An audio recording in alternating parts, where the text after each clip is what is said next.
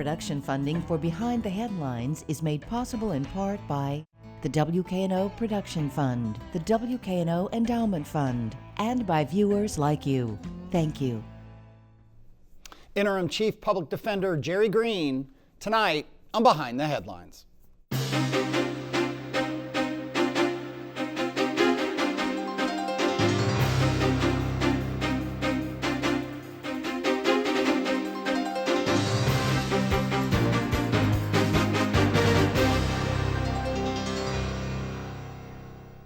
I'm Eric Barnes with the Daily Memphian. Thanks for joining us. I am joined tonight by Interim Chief Public Defender Jerri Green. Thanks for being here again. Thank you for having me. Along with Bill Dries, reporter with the Daily Memphian. I should also note you were up until very recently the Deputy Chief of Staff to Mayor Lee Harris. You've been on the show in that capacity, and others. You stepped down as part of taking this interim appointment. You are also Memphis City Council, 2+ years into a 4-year term, right, District 2. And we won't dwell on this today, but you're a declared candidate for the Democratic nomination for Tennessee governor. So we're going to talk about your caffeine habits later. And a mom and a family and all the things as well. So, but we just recently had Phyllis Aluko, who was 25 years as a public defender, 7 as chief. She retired at the end of January. We had her on. People can get that full episode at WKNO.org or Daily Memphian or get it as a podcast. And we talked a lot about the logistics and kind of inner workings of the office and her time there. For you, why this job? Why were you interested? And do you seek, you got a lot going on, but I'll still want to ask, do you seek this job for the long term? Well, I was asked to serve by Mayor Harris, and I appreciate him reaching out to me and offering this opportunity. I began my career as a public defender. I've practiced in PDS in Washington, D.C. as an intern, in Nashville in the Juvenile Public Defender's Office, and then here in Memphis in adult court. So for me, this felt like a full circle moment to be able to come home and help the people that helped make me. Okay. Right now, there's so much focus on criminal justice system, on crime. We went through a big spike in crime. You, as obviously a city council person, also the city council's been dealing with that. You came into city council at really the peak moment of post-COVID crime nationally and in Memphis. What do you see in the Office of Public Defender is your role relative to what is now a declining rate of crime, but there's a giant problem with the jail. At any measure, it's a problematic situation. Backlogs in terms of getting people processed. Then that's even before we get to the Memphis Safe Task Force, which has also brought many more people into the criminal justice system. How will the role change? How will the office change, or will it? Well, the thing about the public defenders is we are often overworked and understaffed and under-resourced. So this is not new to us, but we want to make sure that we are providing zealous and ethical representation. So my job is to make their job easier, and my role in all of this is to continue to be the fighter for our constitutional rights, because when we stand up for those and we protect those for our clients, we protect them for all citizens. All right, let me bring in Bill. How has the situation changed from when you started? As you said, you started as a public defender. Is the system more complex, less complex? Is there more need, less need? Some things are different and some things are exactly the same. So what we see in the lives of our clients continues, and that is they are systematically often beat down and are facing incredible hurdles in their daily lives. Some things are different. We have a little bit less paper and a little bit more electronic kind of filing systems, but sometimes that's hard too, and adjusting for that. What's continued to be at the core of the Public Defender's Office, from what I can see, is that our team and the people that are there that are fighting every day represent the best of the best in our criminal defense attorneys in this city, in this state. We get interns and law clerks and then eventually lawyers from all over the country, from the best schools, because this, I believe, is a calling, and I still see that in the people who are in the courtrooms every day. What do you hear? Because obviously you've even though you just recently became the interim public defender, what have you heard from other attorneys about the experience of our criminal justice system versus where they might have been before? Well, Several people have practiced in other areas, not all of them, but a lot of the problems that clients face continue to be similar across the country, and we do have trainings with other attorneys across the country so we can get the best practices from everywhere. But what we're seeing here that's unique in Memphis, of course, is what's happening with the task force and the overcrowding of the jails and things like that Eric mentioned. That is unique here right now. Talk a little bit about the paradox of crime being down from where it was, I think at this point, the lowest in 25 years. Mm-hmm. But yet more people in the criminal justice system. Is it supposed to work like that? Well, hopefully not. But what we have been seeing with the task force is a lot of people being picked up on warrants that had been outstanding. So some of these may have been our clients in the past, some of them may not have been. But they were people that were in the system that were missing court dates or had other kinds of outstanding warrants. And so they're being picked up and brought in. And that has led to some serious issues in the jail and in our court system. Of course, having a couple of snow weeks also didn't help us. I know several dockets this past week were in the hundreds. That also causes a backlog. But my attorneys, our staff, are up to the challenge, and they vigorously defend everyone who comes before them. There's been some discussion, probably more discussion than actually movement, toward maybe night court, weekend courts, or Saturday court. How would that work with the public defenders? Well, we would have to staff it, just like we do arraignments on snow days or bail rooms, hearings. All of that we have to staff. And again, we're constantly trying to work what's in the best interest and what our clients want. And generally that means getting out of jail quicker. And so if there is a way, considering how inhumane the conditions are right now in 201 Poplar, that we can work towards that, we would be happy to step up and do it. Right now, the resistance has been from the judicial branch in getting that staffed on weekends or nights. Is that from the sheriff, the people who staff and the guards and so on? Or when you say the judicial system? The judges. The judges. The judges side, okay. When you, I imagine there's some, I don't know, it's not an ethical conflict, but just different messaging. So when you ran for city council at a time when crime was peak and was heavy on people's mind, and some very high-profile incidents, people also felt like the number of car break-ins and window break-ins, the things that were not necessarily dangerous, but were incredibly expensive and inconvenient to, again, a high murder rate and all the horrible things. You must have had then, and even now as a city council person, constituents saying, I want these people, locked up. I want more police on my streets. I want to feel safe. I feel all this, this fear. And you must hear a lot of that. And yet, here as Chief Public Defender, you're talking about getting people out and getting people out of the criminal justice system. How does that reconcile? Well, I think all Memphians want to feel safe, and the public defenders are also Memphians too. And I'll say on my first week on the job, I had a public defender who works across the hall from me had his car broken into. So we're not immune to it either. And we want to see crime go down. But part of that means having the best representation on both sides and making sure that we're putting the right people behind bars and that we're working towards a system that is equitable and just. So what I say to those people is, we want all parts of the system working at its highest and best and most professional levels. And I think that's better for our community as a whole. And that's how we at the Public Defenders work on it. And that's also how I think about it on the City Council. I mean, one of the things is we're never going to police our way out of these problems. We're never going to lock people up away out of these problems, because over 93% of them return to our communities. They are our neighbors. So what are we doing with them while they are behind bars? What are we doing with them before they get there to be able to give them the supports they need to get to the root causes of crime? That's where we should be working as well, not just on locking them away.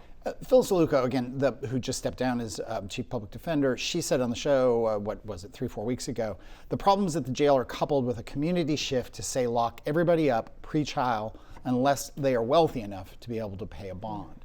And that trend at the legislature, and people kind of sometimes forget that most of these laws come from the state legislature. They're not set by county commission or city council, overwhelming the criminal justice laws. And there's been this real movement to restrict bond, lots of criticism from, say, Senator Taylor and others of DA Mulroy, who'll be on the show in, I think, next week, about releasing people on their own recognizance who have prior histories and all of that. There's even a constitutional amendment, and Bill can check me on this, on the ballot in November that would restrict bail even further at the state constitution level for what the supporters would say are really particularly horrendous offenses. So again, there's this tension, right? People don't want their cars broken into, they don't want to feel safe, they don't want violent crime, but also they look at people, even if it's just anecdotal, who have these repeat offenses, and they don't want them released on bond. They don't want them released at all. They don't care, some people say, about the conditions at the jail because they don't want these repeat violent offenders or repeat offenders of any kind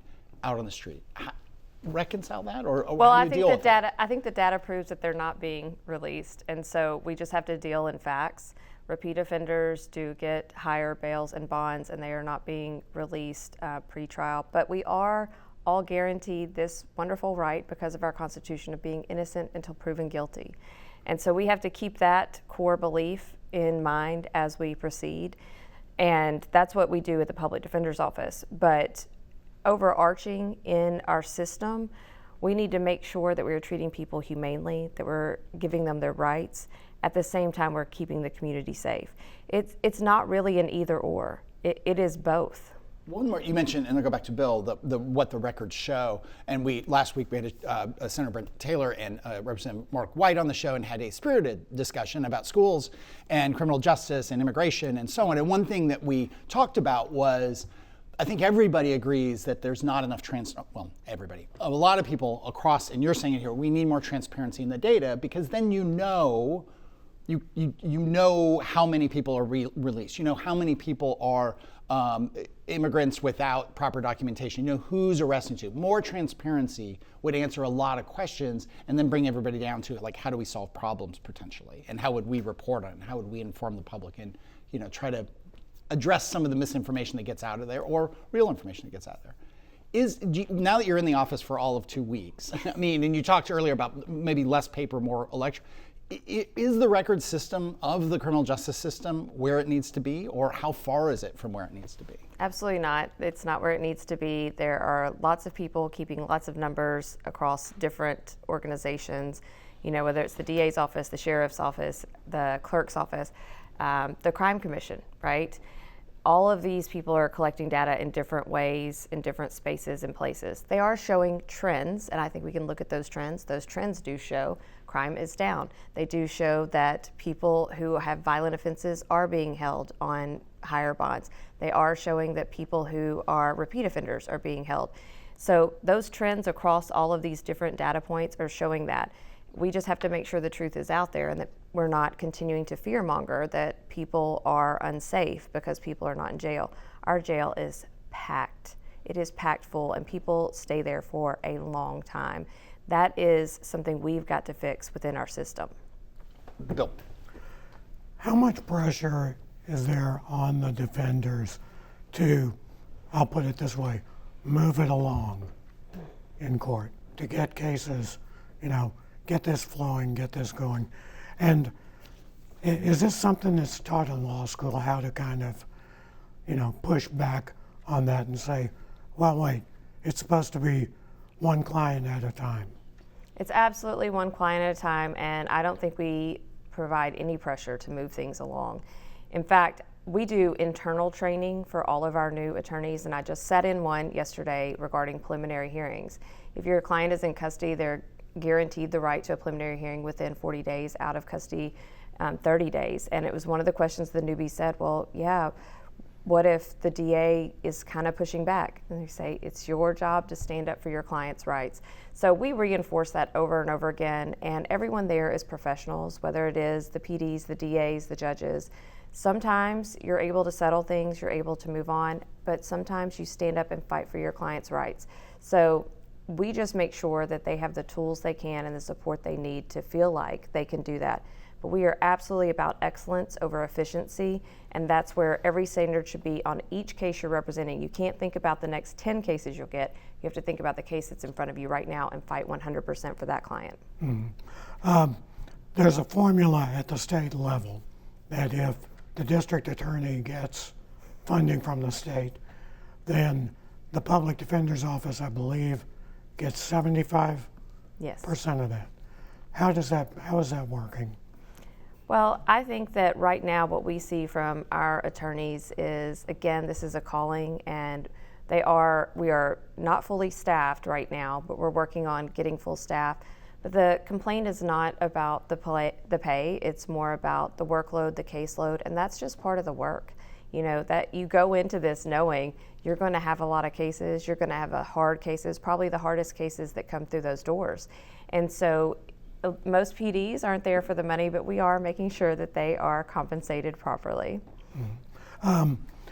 So taking over the office, has there been a review of it? Kind of, are things working the way they should? Absolutely, and I'm still in what I call my listening tour. So I've sent out a survey to everybody because not everybody wants to come to the principal's office and tell them what's going on. But I also have office hours, and I'm meeting with all the different teams. Like I just mentioned, we do training. I'll be meeting with the training team today. I'll be meeting with the appellate team today. I've met with general sessions judges. You know, internal and external. I'm holding lots of meetings and gathering lots of data about what's working and what's not, and you know, the small tweaks that we can make moving forward in this time that I have in this appointment to improve the office and improve the experience for both our staff and our clients. It strikes me, again, about 10 minutes here in show, and we mentioned that DA Mulroy's on the show, scheduled to be on the show next week. You're declared Democrat for office work for Mayor Lee Harris, a Democrat who's a real ally and political ally of Steve Mulroy. You must know Steve Mulroy pretty well. I do know Steve. I've known him for many years. Before I was in this office, I was at the Community Legal Center, and he was on the board there. Have you met with him since you've taken this? And what is that relationship formally like between the Chief Public Defender and the DA of Shelby County? I haven't had a formal meeting with him. We've had multiple text messages since I've taken the appointment. You mentioned it's only been a couple of weeks, but I have talked with him and talked with people in his office about how we can work together. I think that, you know, while we are adversaries in the courtroom, he and I hold special places in this, and we need to make sure that the courtrooms and the justice is happening. In fact, that was his text to me, like, let's go do justice together. So we're on the same team. We're on Team Justice together. It seems like DA Mulroy. A big topic and that he ran on when he ran against Amy Wyrick, that was a big topic of conversation. It seems like it's less so. I mean, maybe that's just a function of crime coming down, is the juvenile justice system and problems or challenges or frustrations, however you want to frame that, of young people committing horrendous crimes, the conditions at the jail. When your former boss, Lee Harris, was on the show 2 months ago, people can get that at wkno.org or wherever you get your podcast or video. He talked about the county having taken over the management of the youth detention facility. He was very happy about that. He felt like the young people are in better facilities. They're being treated better. They're actually getting time on the phone with family. They're eating better food and so on. What is your take on this whole question, though, of there are situations where young people, very young people, are accused of very horrendous crimes and often or sometimes later convicted on them? Where is the Chief Public Defender's role in that, and how do you manage that situation? Well, I have met with our youth trial division. I'm excited. Back when I started as a public defender, there was no such thing as a juvenile public defender until the DOJ came in. So I'm glad that we have that there, and I think it's a very important office and what we do there. I am also glad that our Department of Corrections has taken over the facility. I agree that I think the conditions are much better. And in fact, I worked with Director Alexander on many of those things. And so when we have issues, I can pick up the phone and call him. But I think that what we would need to remember, and I think about this as, my first baby job as a baby attorney was being a juvenile public defender. When I tell you that most people, adults or juveniles, will come back and be your neighbor, those kids definitely will. And so we need to be working in ways and spaces to catch them before they get there, but we also need to be making sure that while we have them, we are putting as much as we can into them and to their families to set them up for success on the other end. Because just one interaction with juvenile court can kind of spiral into leading you into adult court eventually, right? You're more likely to end up in adult prison if you have had an interaction with juvenile court. That's just the facts across the nation. And so we need to talk about ways that we can support families in their communities and the ways we can support them once they end up in juvenile court as well. But before we go to the people listening who say that's just soft on crime. These are young people, yes, but some of them done horrendous things and they need to be taught a lesson, they need to be removed, they need to be punished. To the people who say that that's just not tenable for me sitting here, what do you say?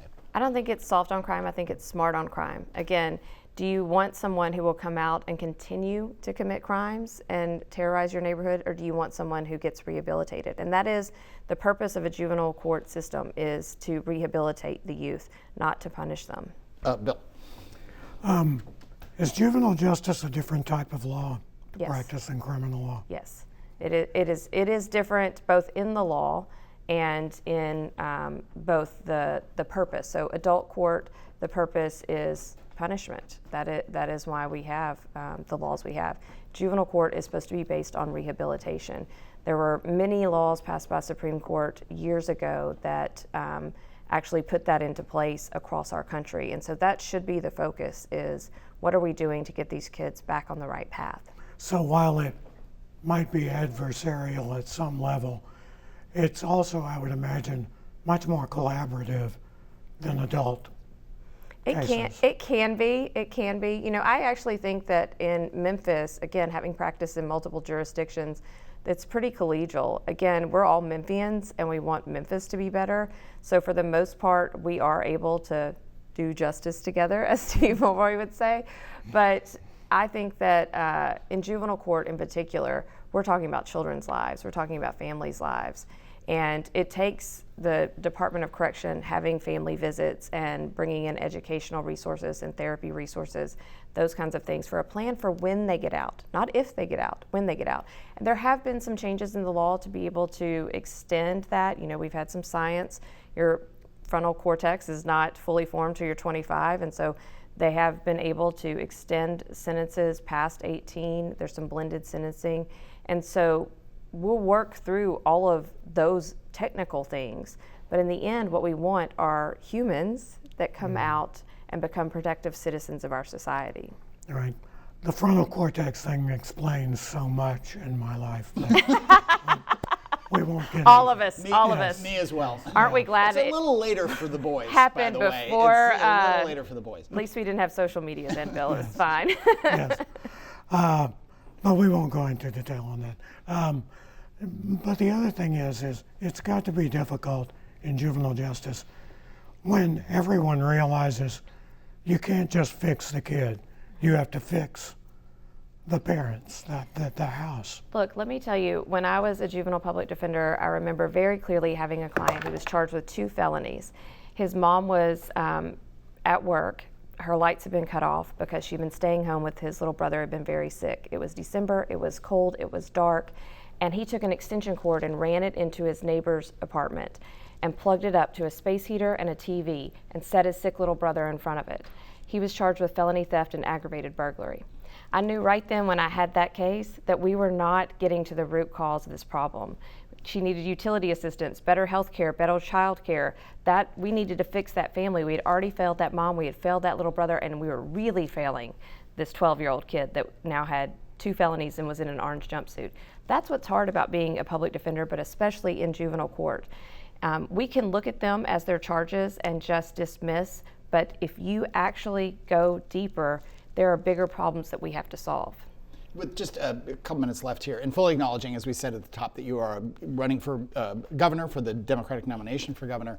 Also, as chief public defender, I assume you lobby the state legislature. They're in session now. That is where so much of the funding and the laws and so on happen. And then again, you're a city council person, so there's some priorities there. Just staying with criminal justice and primarily the public defender role, what do you want for the state, for Shelby County?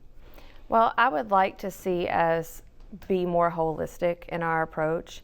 I understand that people want to feel safe and that they want to see people who commit crimes punished, But I would like for us equally to put funding and resources, because the state has many, federal government has many, into ways and spaces and places where we can get people off of that path, and then also work in the space of reentry. You know, the number one time when people are most likely to go back to prison is right when they get out, and the number one time when they're most motivated to not go back to prison is right when they get out. And the things that we could do to help them get a job, because that is the thing that sets people back onto the path of, you know, not being in the criminal justice system. You can answer this question in any perspective. If the federal task force is made up of three kind of broad parts, National Guard, ICE, and all the other surge of resources, do you support that middle part, the surge of resources that Mayor Young supports, Lee Harris, your former boss? Many Democratic politicians and Republicans have supported that middle part. Maybe not happy with ICE, not sure what the National Guard is doing, but the middle surge makes sense. I think I agree with you. I don't know what the National Guard is doing, and I definitely have problems with ICE. But yes, I mean, there are other functions in our government that were here. You know, we didn't just come to a 25-year low. They were here and working. We should continue to have space for them to work. All right. Thank you, Jerri Green. Thank you very much for being here. Thank you, Bill. And thank you for joining us. If you missed any of the show today, you can get the full episode online at WKNO.org, YouTube, The Daily Memphian, or download the full podcast. Next week, Shelby County DA Steve Mulroy, and you can get the episode with Brent Taylor and Mark White. We also will have school board members to talk about the takeover coming up soon. Thanks very much. Good night.